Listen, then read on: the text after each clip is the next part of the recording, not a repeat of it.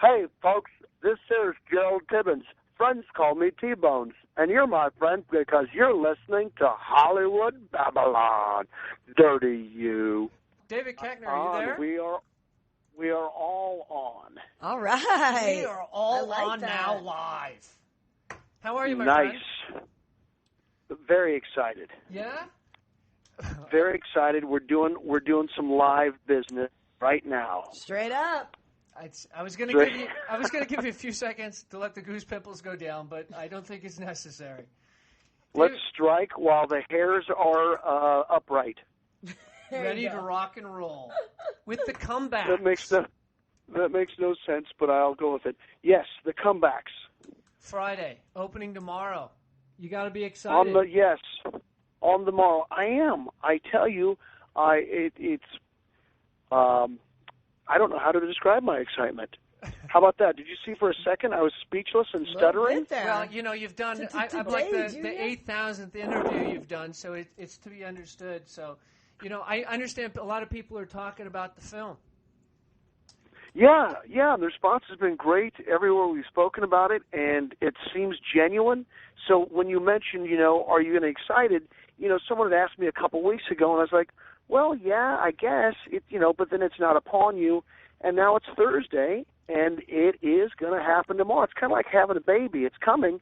You're not going to stop it. It's going to be here. So I liken this movie opening to a scheduled C-section. How's that for making no sense? Well, that's okay. That's what you're paid to do, and they pay you big bucks to do it, my friend. I'm stuck here on the internet, so I'll trade places with you. The great thing is, for me, is I look at you, and you've been in all these great movies, funny movies, and you're a scene stealer, and you're the supporting guy, and now you're stepping out as the lead, which I think you've earned and you deserve, and I think you are very, very funny in this film. Oh, thank you. Oh, you got a chance to see it? Yeah, no, I saw it over on the Fox lot. Oh, fantastic. Yeah, I think so too, man. It's just, it's just flat out funny. It's not asking anything else, and I think it surprises on a couple levels because it's not the typical, it's just a spoof. Now, you tell me, and you be honest with me, I think it's got other elements to it. It's got some heart. It's got actual plot that it hangs stuff on. So it's, you're not just twiddling your thumbs. Plus, you kind of root for the guys, right? Yeah, no, absolutely. I think the thing that I like about it, look, a lot of people don't want to, after a hard week's work, go and sit and watch a David Lynch movie and have to, get an aneurysm trying to figure out plot points. And it's nice to go grab a bag of popcorn and laugh and have a good time. And I think it's a good time. And I think that's important to have that type of movie. And I think you deliver. Right on. Well, thank you. I think that's exactly what its intention is. It's certainly not. It's not smarty pants, and it's not a head scratcher. It's straight ahead. Come enjoy this feast. Well, the great thing is you've got a proliferation of jokes and setups that if you didn't like that one, don't worry about it. There's 6 more jokes coming in the next 60 seconds. Yeah, and we've got another one. Yeah, go ahead. No. I mean, so it's there for you in mass. I mean, the thing where you throw the. I love the thing with Bill Buckner when you're talking to Bill Buckner from the dugout, recreating his error in the World Series, and you're sitting there talking to him and asking him questions. I thought that was a riot, distracting him. I'm a coach in the dugout trying to figure out a crossword puzzle. Bill, what's a 6-letter word for a tropical fruit? Bill! He was like, Fields, leave me alone. It's the World Series, man. You talk about a sweetheart. Buckner coming back, actually Bill Buckner, folks, coming back to recreate that moment. How wonderful is that?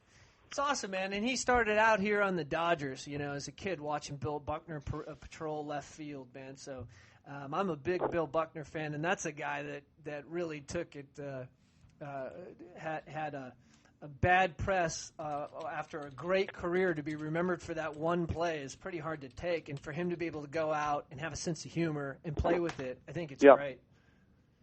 you know, when they, and this is no BS, but when they talk about character, I mean, that's real character. Come on. Absolutely. Come on. Here's a guy, and you know what? Here's the thing. When we were doing it, we couldn't get him angry because the director's like, no, you can go ahead and be, you know, really mad at him. And he was just grinning and laughing at the whole thing. Well, just, what a great spirit. Yeah, absolutely. Now, are you a big sports fan? Pretty big, not huge. Like, you know, I've done a ton of sports shows, obviously, in conjunction with this picture. Right. I can't go deep like the real sports fan can, and especially as an actor, I think you got to be careful. Right. Because you start pontificating about sports, the real fan will go, shut up. Shut your mouth, actor. They'd rather see Why don't you go talk about your artsy-fartsy? Yeah, they'd rather see you pontificate about sports than politics, believe me. Yeah. Oh, boy, isn't that the truth? What? They don't want to hear it.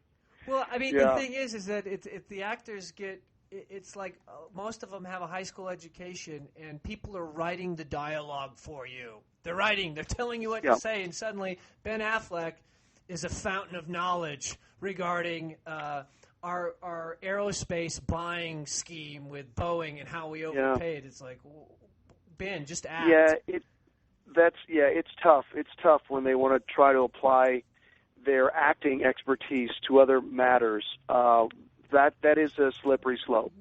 And I think it's rare, you know, when an individual can kind of straddle both. And I think Martin Sheen has done it well, but I know that he has probably even felt some backlash.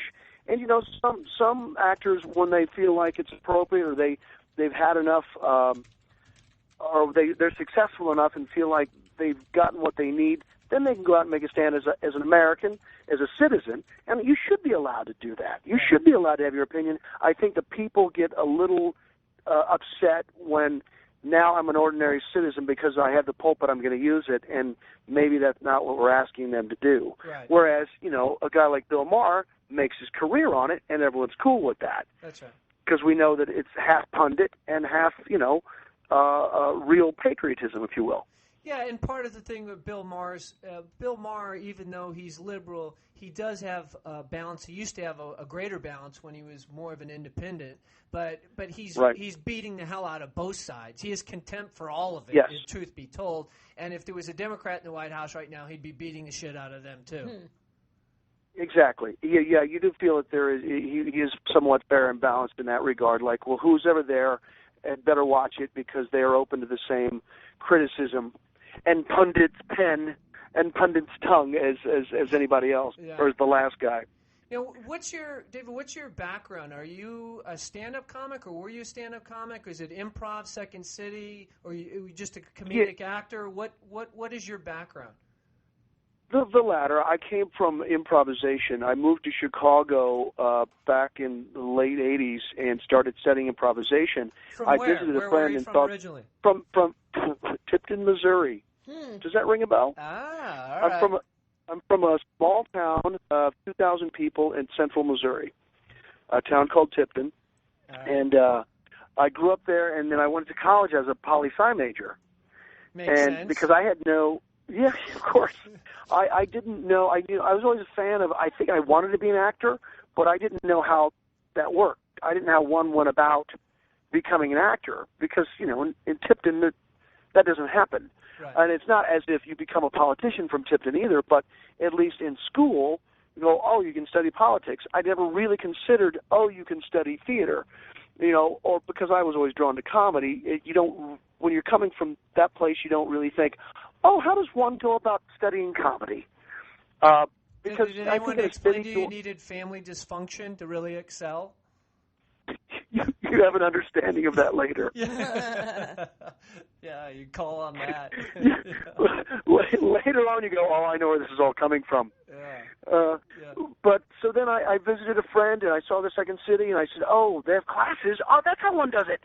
So then I moved to Chicago, but then luckily, the first place I studied was a place called the Improv Olympic. It's now called the I.O., and I studied with this guy named Del Close, who was a master teacher of improvisation. And so I studied there for years and did shows with them, like literally 5 nights a week.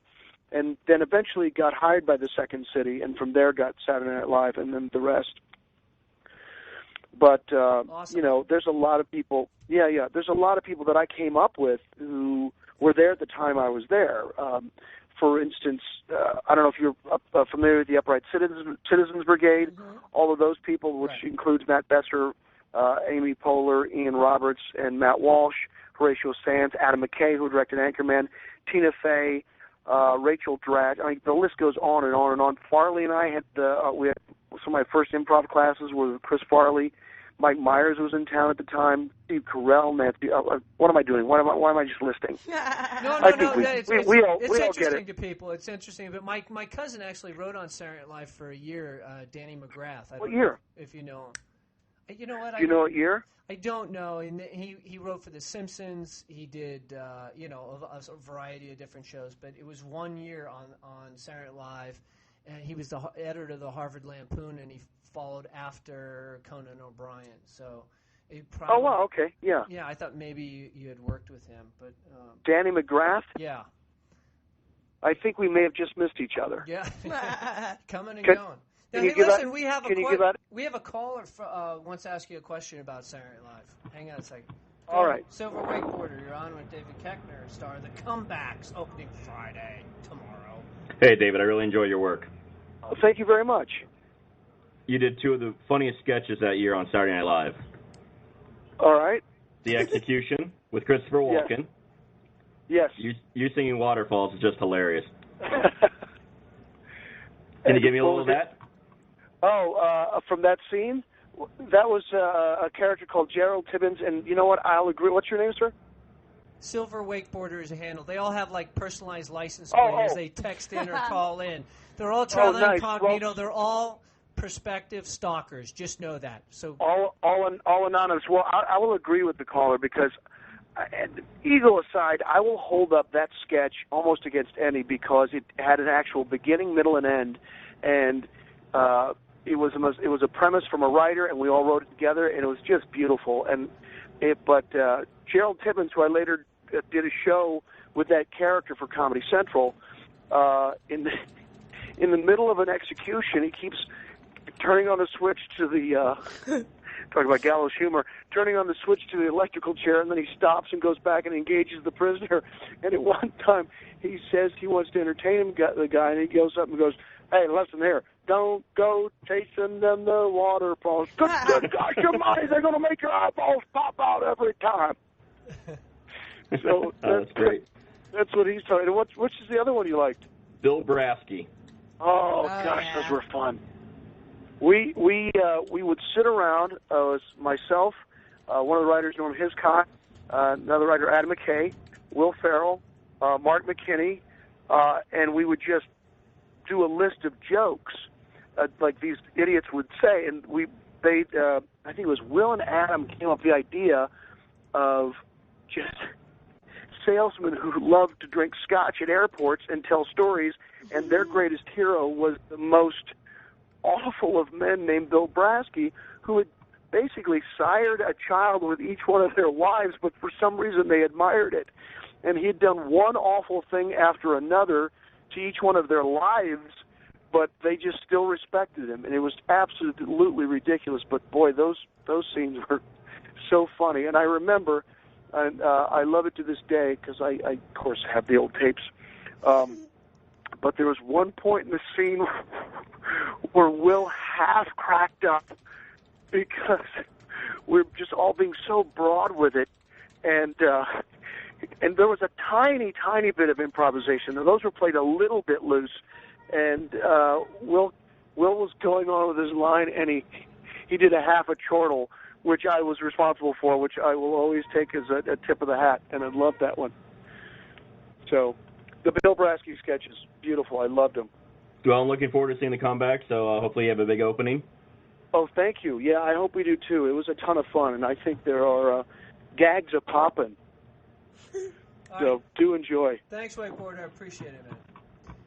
Now, the Joker's asking if you ever done a movie that you regretted doing afterward. If so, which one? I will say yes, and I'm not going to say because I don't want to offend anyone. All right. Okay. You know what? There's no upside in taking a dump on someone's work, regardless of whatever movies or TV shows or whatever you've done. You know, in retrospect, if you're like, oh, wow, that didn't turn out as well as you'd hoped, or whatever reason the experience was, everybody put in a lot of hard work, and there's just no upside because, you know, writing's incredibly hard. And I don't care, again, what the outcome was. It took someone a lot of work and blood and sweat and tears to get there. So, yeah, there is a thing or two that I look back and go, Lord, what was that? But it was probably about wanting to pay the rent. Well, that's certainly part of it too, right? I mean, everyone does have a mortgage. Yeah, and people forget that, you know, you can only do what you're being offered at the time, and you have to eat, you have to pay the mortgage, your kids are in school, whatever the case may be. And, you know, I saw Meryl Streep interviewed one time. She said, look, I'd love to do a classic film every time out. She said, but, you know, I could go 5 years and only be offered crap. I got to work. I got to stay sharp, you know. They can't all be winners. That's true. Years ago, Michael Caine was on Carson, and I think he had done Jaws 3, which was not a classic. And I think someone asked him about it on Carson. And, well, someone, but it'd be Carson, wouldn't it?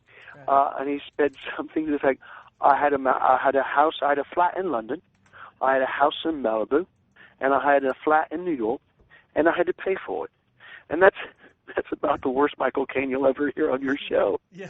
Well. But that is the truth of it, because we all tend to spend whatever we make, and then you've got the responsibilities to whatever debt you own. That's right. Now listen, you during the comebacks, you're working with a lot of young kids. Okay, yes. And you're a guy who's been around the block. You're experienced. Right. You know, improv is not going to throw you. It's what you thrive on. And you're working with Sure. some kids that are, you know, they're not as adept, or they're not particularly funny.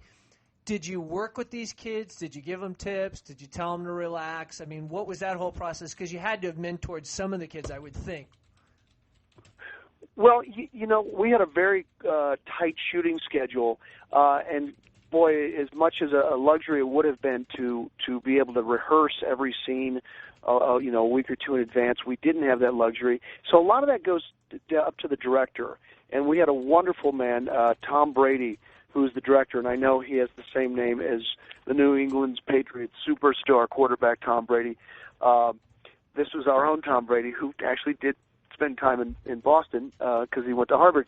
But, you know, that's all in their hands, how much because, you know, another actor, really, you don't give one actor to another, you don't give them advice, you don't tell them how it's done, unless they come to you. And that sometimes happened, but on this one, I'd have conversations with some of them, you know, near the trailer at the end of the day or something like that, rather than hear me blow hard and pontificate rather than on the set. But in most movies, there's not that much opportunity for improvisation, and it's nice when people feel like it must be improvised.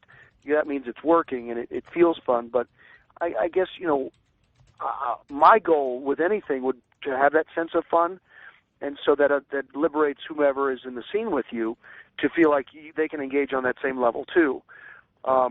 And I think, you know, it's scene by scene and day by day whether or not there is time or room for improvisation.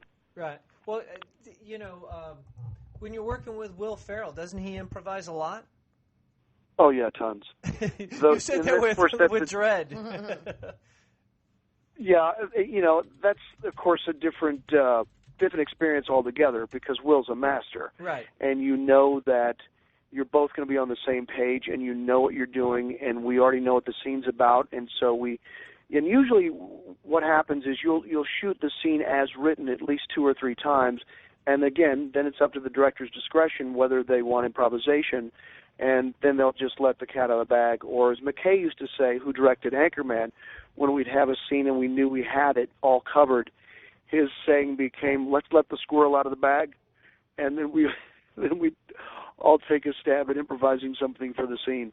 Well, it's great if you've got it and you got what they wrote. Yes. It's great because if you just come up with 5 brilliant things that weren't written, hey, you've got 5 more brilliant things that the writer gets and the director gets to take credit for in the end anyway. Right, and then the editor has to wade through exactly. hours and hours, like which is the choice? Which one Nothing matches. Lord. Yes. Well, that's your other thing. You've got to match something, and it's all that experience you gain. Like you can improvise in the single, but we've got to do the same thing in the master, or you improvise throughout each separate take.